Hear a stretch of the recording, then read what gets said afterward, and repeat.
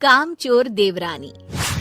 एक बार की बात है, सुषमा अपने पूरे परिवार के साथ खुशी खुशी मोहन नगर में रहती थी। उसकी 2 बहुएं थी, पल्लवी और शिवानी। एक दिन दोनों बहुएं रसोई में काम कर रही होती है कि तभी उनकी सास सुषमा उन्हें बुलाती है। अरे बहू, जरा इधर तो आना। शिवानी, जरा जाकर देखना सासू माँ क्या कह रही हैं। दीदी आप ही देख लो ना जाकर, आपको भी तो सुनाई दे रहा है। अरे मैं आटा गूंद रही हूँ ना, तुम चली जाओ। हाँ तो मैं भी तो सब्जी काट रही हूँ ना दीदी। अरे बहू जल्दी आओ। ओह, ये तो जाएगी नहीं, मैं ही जाकर देखती हूँ कि क्या करना है। पल्लवी सुषमा के कमरे में जाती है। जी मम्मी जी, क्या हुआ?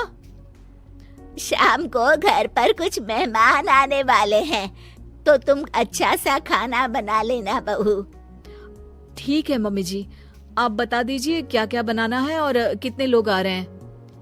सुनील की मौसी जी और उनका पूरा परिवार आ रहा है। कुल मिलाकर 3 लोग और हमें मिलाकर हुए 9 लोग। तो अभी से ही तैयारी करना शुरू कर दो। और हाँ, घर की सफाई भी कर देना, हाँ अच्छे से। जी मम्मी जी, सब काम हो जाएगा, आप चिंता मत कीजिए। पल्लवी शिवानी को घर में मेहमान आने वाले हैं इसके बारे में बताती है। क्या 9 लोगों का खाना बनाना होगा, घर की सफाई करनी है? बाप रे, सासू माँ ने तो हमें घर की नौकरानी ही समझ कर रखा है। ऐसा नहीं बोलते शिवानी, हम इस घर की बहू हैं और घर के काम करना हमारा फर्ज है। दीदी तो है ही सासू माँ की चमची, जब देखो सासू माँ सासू माँ। मैं तो इतना सारा काम नहीं करने वाली। शिवानी कपड़े लेकर गमला साफ कर रही होती है और चक्कर आने का नाटक करने लगती है। मेरा सर चकरा रहा है। तभी वहाँ पल्लवी और सासू माँ जाते हैं।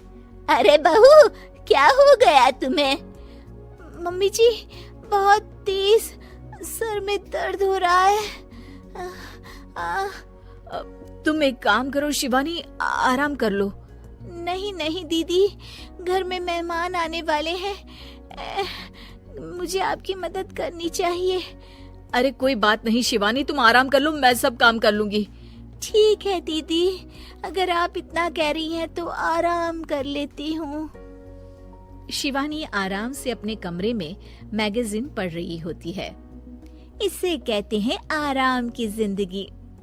इतना सारा काम। चलो सारा काम खत्म हो गया, शिवानी को देख आती हूँ। शिवानी अपने कमरे में ईयरफोन में गाने सुनते सुनते सो जाती है और उसके साइड में मैगजीन भी रखी होती है।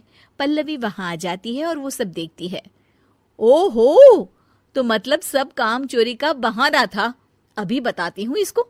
घर का सारा काम मुझे करना पड़ा और ये महारानी यहाँ मैगजीन पढ़ रही है, गाने सुन रही है। पल्लवी रसोई से एक प्लेट और चम्मच लेकर आती है और शिवानी को थाली बजाकर उठाने लगती है।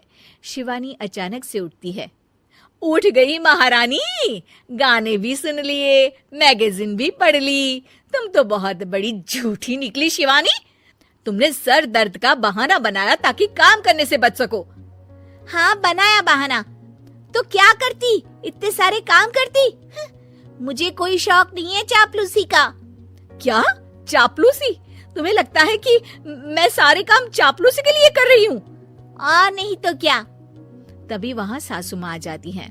अरे बहू, वो लोग बस आने ही वाले हैं, तुम तैयारियां कर लो।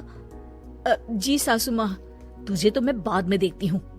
सब खाना खाने बैठते हैं और खाना शुरू करते हैं। तभी सुनील की मौसी बोलती है।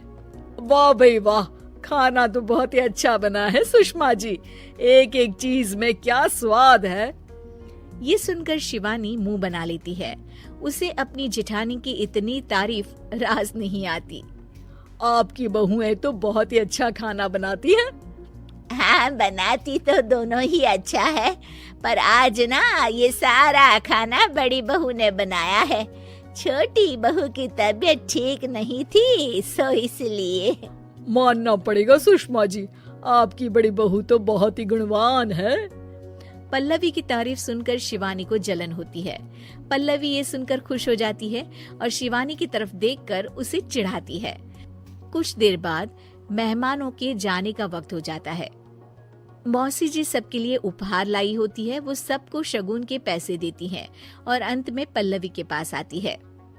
तुम्हारे लिए शगुन का लिफाफा तो है ही, पर बहू तुम्हें एक और उपहार भी मिलेगा इतना अच्छा खाना बनाने के लिए। मौसी अपने सोने के कंगन निकालकर पल्लवी को पहना देती है। ये लो, ये मेरे मनपसंद कंगन है, अब से ये तुम्हारे हुए। धन्यवाद मौसी जी। ये देखकर शिवानी तो पूरी तरह से जल जाती है और गुस्से से रसोई में चली जाती है। तभी वहाँ पल्लवी आ जाती है और उसे अपने कंगन दिखाने लगती है। देवरानी जी, अब आपका सर दर्द ठीक तो है ना? मुझे लगता है कि अब सर दर्द शुरू हो गया होगा आपका।